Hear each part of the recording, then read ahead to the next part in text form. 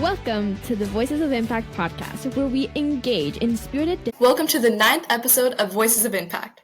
The United Nations, or UN, has 17 Sustainable Development Goals, or SDGs, for a brighter future. In this podcast series, we will have discussions on 12 of the SDGs, chosen by our World Council of Youth. In this episode, we are directed to talking about gender equality. Today, we will discuss direct issues and goals we want to achieve with gender equality, and some solutions from our own opinions. I'm Isabella. I'm Shane. I'm Amulya, and this is Voices of Impact. All right, before we begin this amazing episode, we have an amazing guest, and her name is Sarah Cooper. Ms. Cooper is an executive director of Elementary Institute of Science. She's also experienced professional working at intersection of education, technology, and social development. She is also skilled in strategy, operations, nonprofits management, technology, and inclusion. Welcome, Ms. Cooper. Thank you for having me. I'm so glad to have you here and to be back from our previous episode. It was an impactful discussion that we had on issues and solutions alike, inspired by other countries, where we added our own thoughts. Be sure to check it out. Yeah. All right, so we have some things planned. So today, Ms. Cooper, we are going to talk about the UN's current SDG 5, gender equality. So we decided to break it up into 3 main goals where the UN wants to accomplish these goals. So the first main concern that we decided to choose is to eliminate all forms of discrimination against women. The second goal that we chose to eliminate is all forms of violence against women. And finally, the last main goal we picked out is to ensure full and effective participation in equal opportunities for leadership in all aspects of life. All right.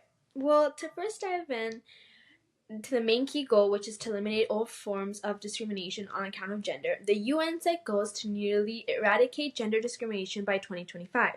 Now that we have moved into the new year, Ms. Cooper, do you think we have achieved this goal? And in England, do you think you have reached close to this goal, or maybe not at all? No, I would say we haven't reached close to our eventual goal, although I would argue that we have made progress. And as we continue to make that progress, obviously we get backlash, we get resistance to making that progress. So sometimes it feels like you're swimming against the tide, but on the whole, I would say we're moving in the right direction. And I would say that that is probably true globally, but in many countries, there's so much further behind in the striving to make equality a thing. It's interesting you say that and that you highlight a divide between nations. It's obvious that you have English ancestry. I love your accent.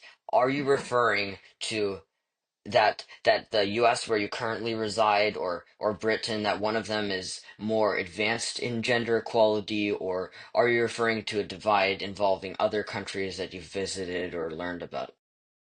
I'm thinking across the board. I mean, I am from England. I was born and bred there, but my father is West African from Togo. And Togo is a very, very poor country. It's probably not really one that many Americans will have heard of. It sits between Ghana and Nigeria. So in a situation where, you're trying to put food on the table, sometimes it seems like a privilege to be able to consider questions of gender equity.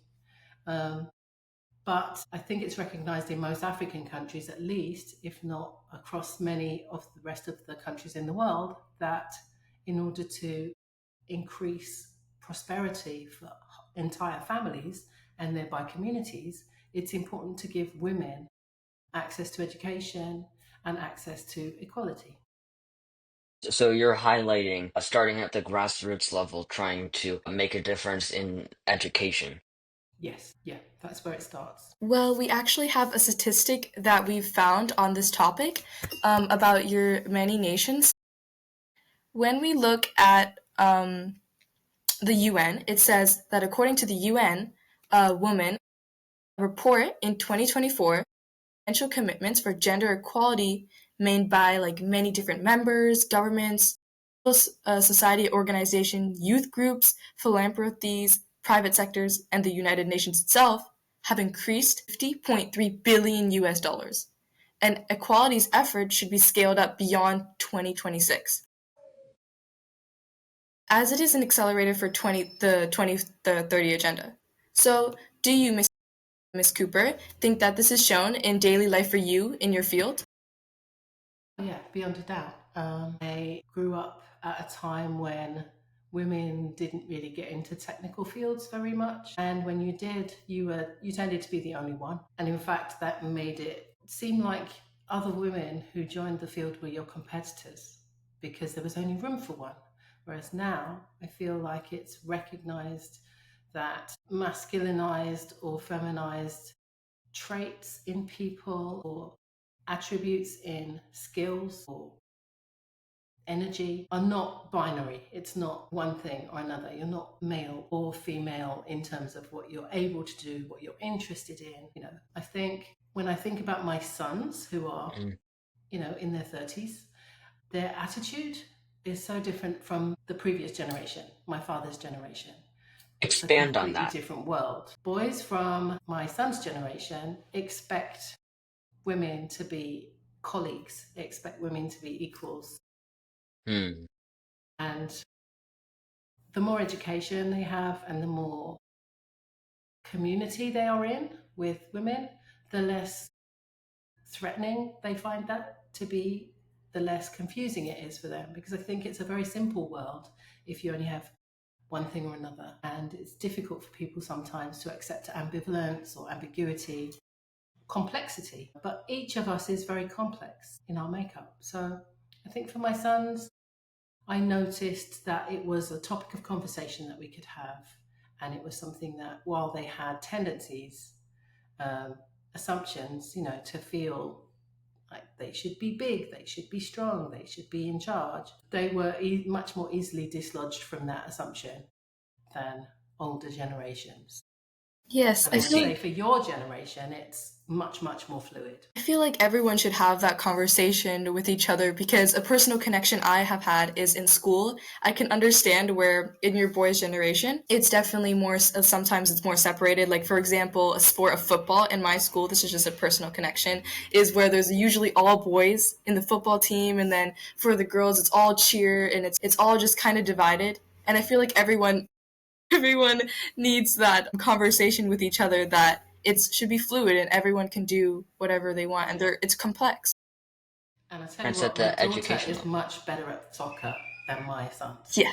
So that kind of touches on education, but also extracurriculars and other factors that are in the habitats of our younglings. As we get more into a lot of the specifics of what we need to address with female participation in, for example, politics in the workplace, in reducing domestic violence and other violence against women, cultivating an uplifting culture rather than a competitive culture, as you touched on earlier, I want to kind of figure out with you, just try to brainstorm how are we actually going to measure these metrics? Because in an episode the other day, Mr. Parisi, our mentor, was bringing up the importance of goal-oriented progress, where we set goals in order to determine whether we're making progress in these SDGs. The UN estimates that as of 2023, late 2023, we only got 17% of the way through our goals for feminist movements. But the issue is actually determining that information definitively, which the UN has published data saying that they struggle to determine this information. How do you think that we can conduct surveys to accurately measure progress in feminism? That's a really good question. With respect to violence, I feel that it's almost like an iceberg and you can see the tip. Whatever you can see, you also have to be able to somehow extrapolate from that what else is going on under the surface. And so coming up with ways to measure that which we can't see is really important. When it comes to people's private lives and private relationships, they tend to want to conform and to be seen to be conforming. They don't want to create problems, create trouble. And so they're less likely, I would say, to report than we imagine. So it's very difficult to measure that kind of challenge. Equally, Would you say that a bystander would be more capable of reporting some violence that they see in their environment? Would that be a way to go about that issue? I think finding a way to anonymize Okay. surveys and make it very safe for people to answer honestly, and then potentially to somehow use some kind of technology like AI or something where people can interact digitally rather than having to put themselves on the line to collect information. But we need to do more collecting of that information. And the place we usually go is the end point where people have reported to the police or ended up in hospital. But if you could somehow incorporate some collection in the same way as we do the census, where we do a very large scale, simple collection of information, I think that would be useful. And then to see again what goes on in different countries and different cultures, because in England, for example, we have laws specifically to deal with honor killings because we have a culture that has a lot of Asian influences and Asian populations because we colonized India Hmm. and broke it up. So, it's a kind of a very mixed culture. And we have a lot of immigrants from countries where honor killing is an unfortunate feature of life. So in England, where we think of ourselves as terribly civilized, we still have to be able to address that problem. So you see a sort of relationship between the animosity between the English and other groups and the animosity internally between English men and English women? Oh, no, I don't think I wasn't really meaning that. What I was meaning was we shouldn't make assumptions that it's just one culture that we have in any one place anymore, I because see. And you're using cultures that have past mingled and antagonism. mixed. Okay. So No, you I, believe I, I get it. so you believe that every different like country and place and city has a different solution to the gender equality problem because of different cultures everywhere. It's not the same. Yeah, you have to address the actual culture that you go into, because also we make assumptions about what the culture is, whereas I know for example that in many cultures there is a matriarchal system of authority which isn't recognized in England or in the US.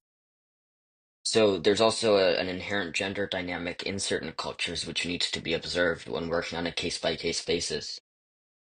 Something that you mentioned earlier is how we're on the cusp of a new world with AI, and that artificial intelligence may be used to extrapolate to the population at large or to try to collect accurate information that can refer to many people. I would like to turn the conversation here over to my younger teammates cohorts here, Isabella and Amulya.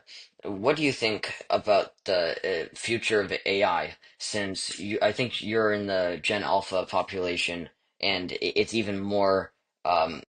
It was kind of arriving with your birth and development even more so than with mine. Well, I believe that it's certainly a new perspective if we get like different people's opinions, but I think that maybe sure AI could help, increase awareness or maybe make it more accessible for people to get that information out. But I think it's also important for not just there to be equality, but equity. Because some people, I mean, sure, they might have the resources, but don't necessarily they don't necessarily take that opportunity. So I think maybe sometimes we need to take a step further and help people that actually need it, because maybe we bring awareness to like schools or like institutions, universities, but then we should also make it like more public so that certain people that maybe don't always get access to that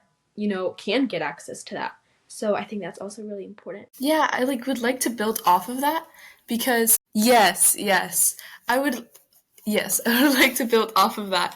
Um, that I think it's like it should be more public, as you were saying, because how would you know how to use this AI tool that people have like our age have grown up with, if it's not public and it's not said to be used, it's like impossible for that to happen, right? So for like equity and like equality, I would say it needs to be more like a more told to other people. It needs to be spread awareness for it, so then other people can know about it and use it instead of just not knowing about it and never using it.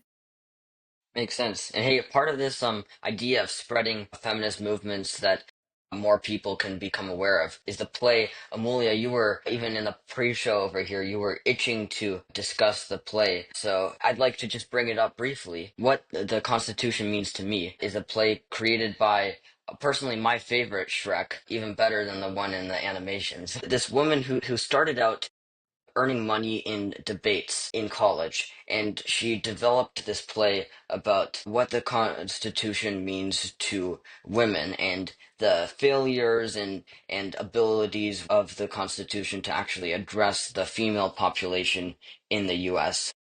Miss Cooper, what do you think about the interplay between feminism and nationalism? Do you have any thoughts on this play and on that interplay? I think I have feelings, not so much thoughts, because I haven't really given it a lot of thought. But my instinct is always to feel that women tend to be stereotypically thought of as more nurturing and less aggressive, and thereby nationalistic. I don't think that is true.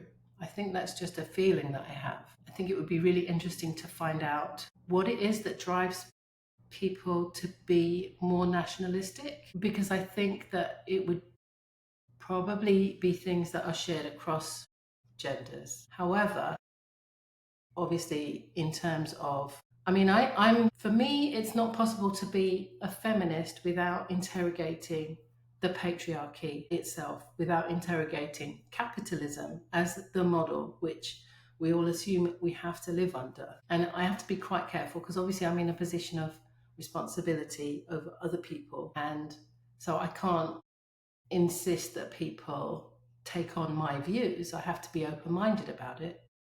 But I tend to feel anti-nationalistic, probably because I am multicultural in origin. So I don't have strong feelings towards England. I don't have strong feelings towards Africa.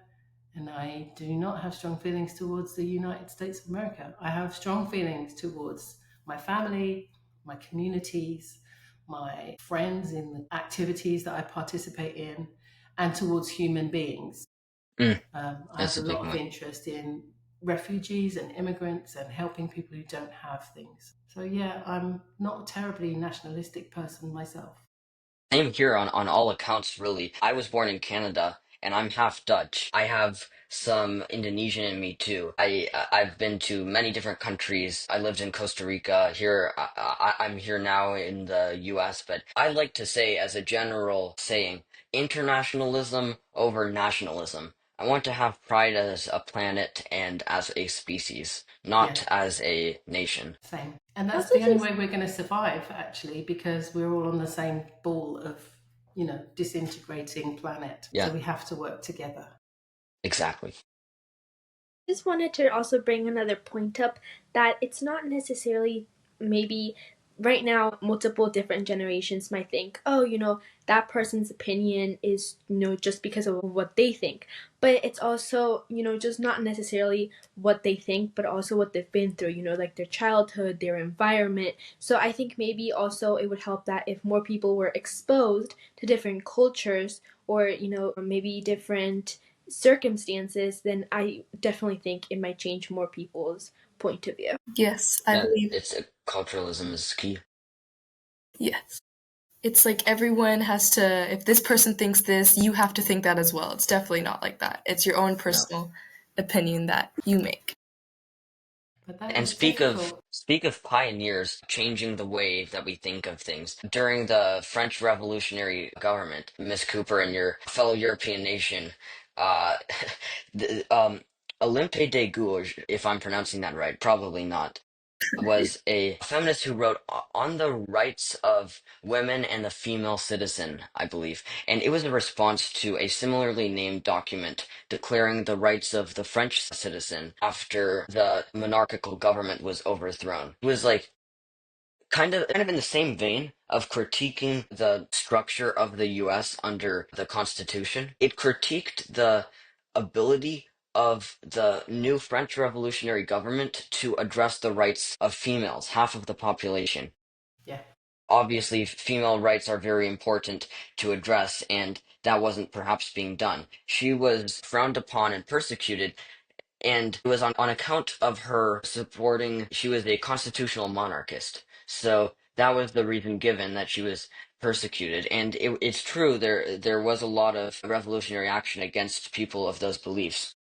Yeah. But I think there's also a bit of stigmatization of these new ideas. Are you familiar with the document, or what are your thoughts, Ms. Cooper, on the development of nations and feminist action during the development of nations and the continued survival and continuation of a national culture? So it's very interesting to me to think about how we perceive reality and what we choose to accept as normal and what we think of as deviating from the norm, and how uncomfortable it is to deviate from the norm.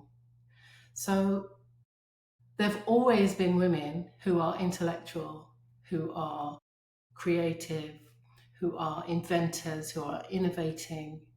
They've always existed. And, in each decade, in each century, you can find women who have been able to become academic and have an outlet and expression for that particular set of skills. But normally, women are not educated and not given out that outlet, right? I think that for men experiencing that in a woman, in a time when it was not the norm for women to speak their mind or, have any agency whatsoever, it's kind of understandable that they would ostracize or stigmatize those people. But the writings live on. That's the wonderful thing about education and about writing, is that it's not tied to being in a body. It can be spread throughout the population that you're in or across the world. I think in terms of, I had a really good thought while you were talking and it's kind of evaporated. I hate when that happens. Yeah. It's very annoying. I feel like it's happening again. We can see that happening in real time when we look, for example, at the Taliban wanting to prevent women from being educated, not allowing girls to be educated. And my question is, why is it so scary? What's frightening about What it? is there to fear? Yeah. So Yeah, what I is mean, there to fear? in terms of education of women, when Mary Curie won 2 Nobel Prizes, all right, after she had won 2 Nobel Prizes, she was denied entrance to several universities. She was more qualified than any man they could find. She would have been a boon to their university, and yet no one would accept her. It's like this extreme stigma and kind of a fear of violating the central dogma, to your And point. that Yes. so even when you get a group of men who think they are changing society and they're overthrowing the establishment, they're still not willing often to overthrow the fundamental inequality that is perpetrated between men and women. That for some reason is even more scary, which is, it's an interesting phenomenon. Very true. I think it's also very important, not only that maybe that more females are, having more awareness about like what's happening, more getting more access to education, to like the resources to be able to like, grow in their field. I think it's also really important for us to like listen, because maybe back in time in the past, women maybe may have had the resources or may have had what they needed to be able to be successful, but the problem was that society didn't listen. They ignored him. They did everything they could to like lower stands, to keep them hidden. So I think it's also really important that, we give them space and, opportunity to grow, because otherwise, if our society keeps shrinking things and, keeps just like, oh, that's never going to happen, then we might really never really evolve to be the best we can be. Yes, and a statistic I've actually found that might answer a little bit of the question of why is it so scary is a statistic that shows about educated women. According to the Pew Research Center, that states 57% of working women with a postgraduate degree say they have experienced some form of gender discrimination at work, and same is true for 40% of women with a bachelor's degree and 39% of those who do not complete college. Miss Cooper. So, this is exactly, I think, a little bit of the answer of why it is a little bit scary, because based on the statistic by the Pew Research Center, it shows how educated women are already, they're also struggling, but uneducated women are also struggling. So I think it's just overall such a scary thing of discrimination against education for women. Well, I would argue that a lot of the violence occurs because of that fear. For most women who get to my age in a profession, they've experienced some form of discrimination and they may have experienced some form of harassment. It's not uncommon, and quite often it's because you're perceived as a threat. And then the other aspect that I was thinking about when you were talking about it was that, I was a single mother to my 2 boys, and so the pressure was always I had to feed them, but I also had to parent them. And obviously that's much easier if you've got 2 parents. But even in a 2-parent household, which I was with my daughter, I was always expected to be the mum and do the laundry and the cooking and the shopping and all of that stuff. All of the emotional and domestic labor always tends to fall on one side of the line. I do think that is slightly changing in more progressive countries, but I think that is partly to blame for what we're seeing in the US at the moment, which is a backlash against progressivism. Yes. What do you think is a solution that makes, so you said some progressive nations and countries are getting better, but what do you think are the ones that are kind of struggling in this topic of gender equality? What do you think they could do for their nation and their country? I do think again that you do have to be willing to look into the complexity in each individual mix. So in the US, I would say we have an intersectional set of problems between racism, sexism, and poverty, classism. And it's much easier to control people if they're bickering with one another or fighting with one another. So I feel to a large extent that in Europe we have more what in the US would be perceived as socialism. But in the UK, it's just, fair. If you break your arm, you go to the hospital, you get it fixed. Someone's going to look after you. Here, everything has a price, and it's all money. And the level of inequality is enormous. And when people are under stress, they resort to negative patterns, and trauma. We talk Very about interesting. trauma-informed care, but we don't talk about trauma-informed, behaviors. We talk about trauma-informed care, but we don't talk about trauma-informed behaviors. Yeah. I'm gonna write that down. That's very powerful. Thank you for that. I'll hang it on my wall. That is very important. Yes, I feel like every single nation and country, even the progressive ones, needs a little bit of that. That we need that care for behavior and just overall healing from those experiences that people have been through. I also want to make a strong point. We talked a lot about women's empowerment and how it's not just about us, but how other people view us. I also had this thought. So I was like, right now in our generation, they're definitely trying to get, more awareness out. So for example, in my school, I've been part of STEM field trips. They take us to the university, talk to other engineers, and they're doing all of that for the girls right now, and then they're showing them what they can be, what if they just take lead. But I think it's also really important, since it's not just about us, but how society views us, you know? So I think it's, you know, not just important that we know that, but that everyone knows that. So maybe another thing could be, you know, not just females going on like trips to like learn about other women who like empowered themselves and succeeded, but also I think that also like men and boys should also like learn about that, because even if we learn about that and we think that we have the power and we believe in you believe in yourself, if other people don't, it doesn't really make that much of a difference if they don't let you grow. So I think it might be also an important point that, you know, other genders, it doesn't matter who has the knowledge about that topic. What do you think, Ms. Cooper? I think that's absolutely 100% right. In my previous role, I was working in a field, computer programming, where it was very male oriented. It was very male dominated. And the effect that I perceived was that when you bring women in, it actually helps the men. It helps them to relax.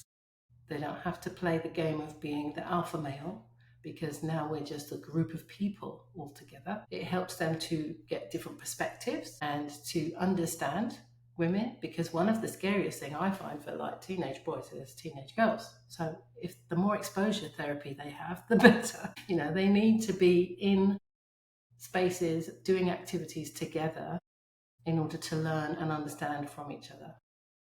They're horrifying. No, I'm just kidding. I like my teenage female friends and male and other genders alike, but communalism is important. And I just wanted to comment, Isabella. You were mentioning that not only should women be educated about female history, but so should boys.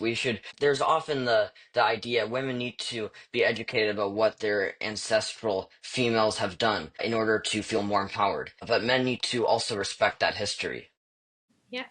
So that was a nugget of gold right there, Isabella. I love that. Well, I want to congratulate your mother, young man.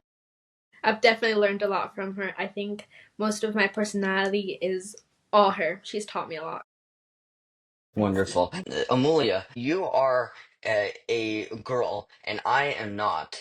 Isabella talked about her experiences as a young female coming into her own in STEM programs. What has your experience been in academics, and how has the modern society around you made you feel about females and males, and what gender roles have you observed that you think we should address?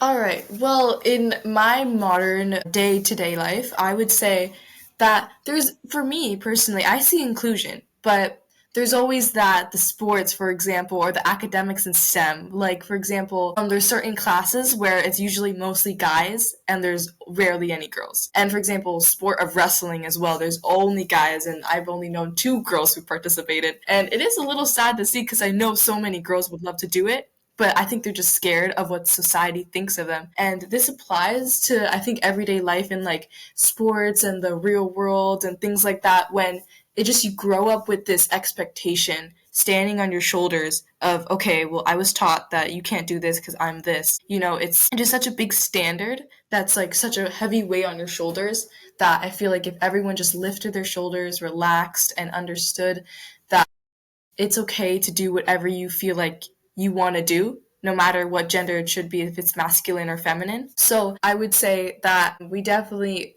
as a whole, as everyone, needs to work on that, of removing that standard that society has put. So that's how I see it in the modern day world. That's how I would say. Other societies have also enforced other standards, right? And it's easy to say we need women and males to be equal everywhere. But something that I realize is that in some cultures, as Miss Cooper was mentioning earlier, there are matriarchal societies, patriarchal societies, and I'm honestly not sure if the best move is to try to enforce that everyone has the exact same role everywhere in all cultures.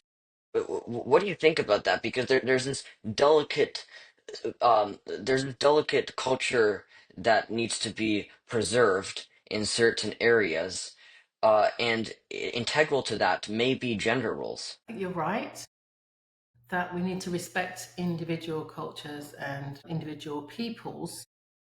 However, I think that sometimes when you look from the outside at a culture and you see what you think of as very masculinized activities and feminized activities, you'll also find a lot more embracing and inclusion of people who don't conform to those roles, and a pathway is made for those people to exist in an authentic way to them. I'm thinking of cultures where there are more than two genders, and that's just an accepted state.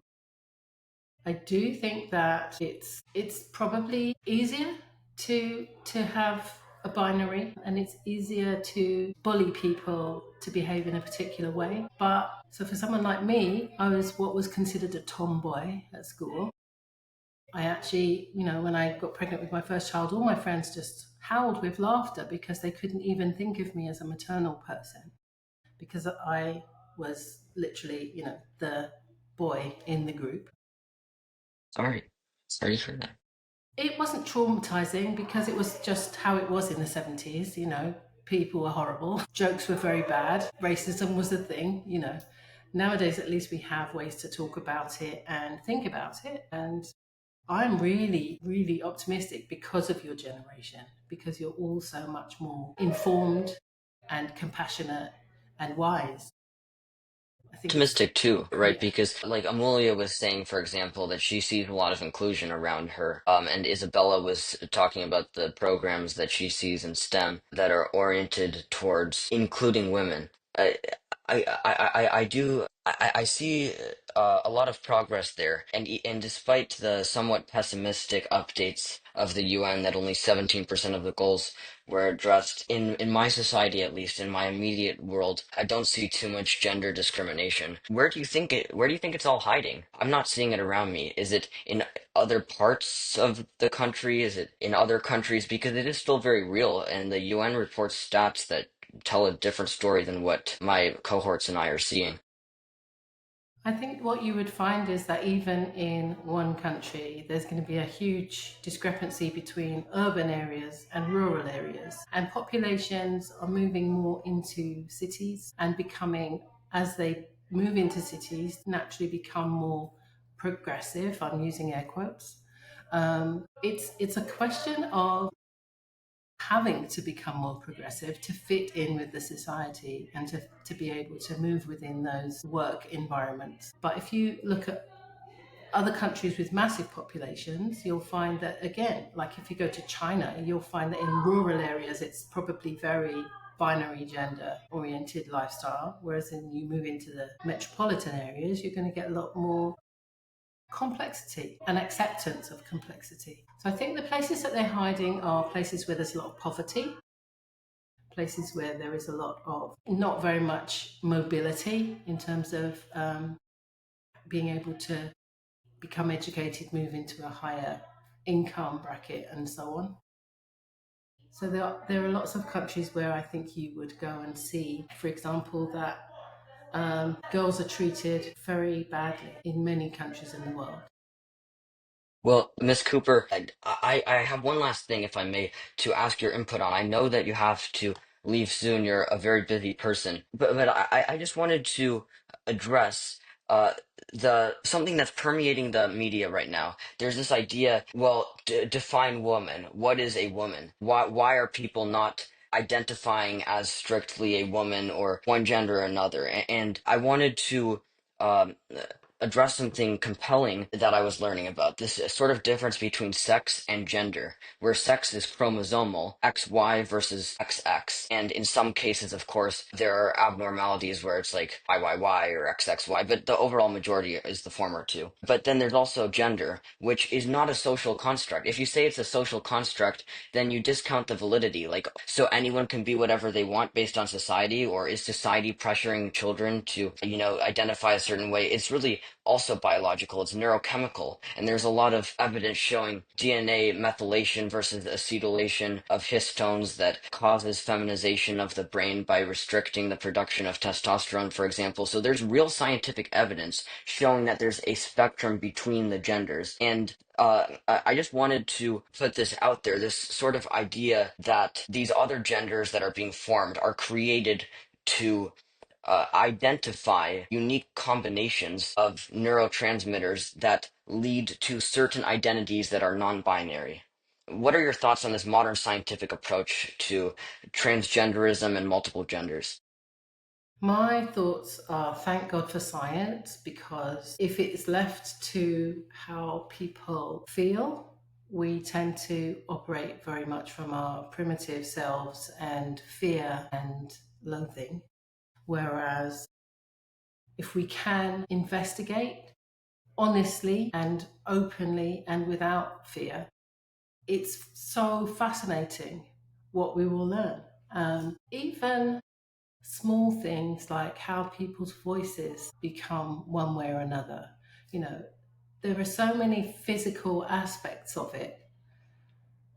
It's never going to be something that is simple, and that is one of the things that I find very stressful about modern life, is that it's becoming more and more complex. There's more and more to know, there's more and more to learn, and yet we're still trying to keep things simple, and we're not simple creatures. I love that it is moved out of the dark and is moving into the light, that we can study these aspects of gender and human physical formation and brain chemistry, and how the brain is part of the body, even studying consciousness, and learn, continue to learn. And we have to be open-minded and continue to learn. Thank you for being on the show today, Miss Yes. Cooper. You remind me a lot of the women from Hidden Figures, the movie about these. You saw that one? Those women were so cool, and Yeah. at a time of less normality of that type of thing. This was an amazing conversation. Thank you for joining us, Ms. Thank you. Cooper. This was a spectacular episode. And we'll be back next week with more, because our World Council of Youth has directed us to cover peace, justice, and strong institutions next. Thank you so much for watching this episode, produced by Amulya, which is me. And thank you so much for listening to Voices of Impact. We hope you enjoyed the Voices of Impact podcast, where we engage in spirited discourse on the world's most pressing issues with the